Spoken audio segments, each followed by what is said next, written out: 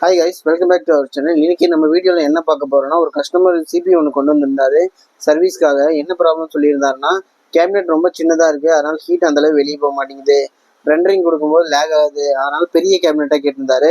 நம்மளும் ஆன்டி ஸ்போர்ட்ஸில் 690 ஏர் போட்டிருக்கோம். வாங்க இந்த கேபினெட் ஆன் பண்ணி உங்களுக்கு காட்டுறேன்.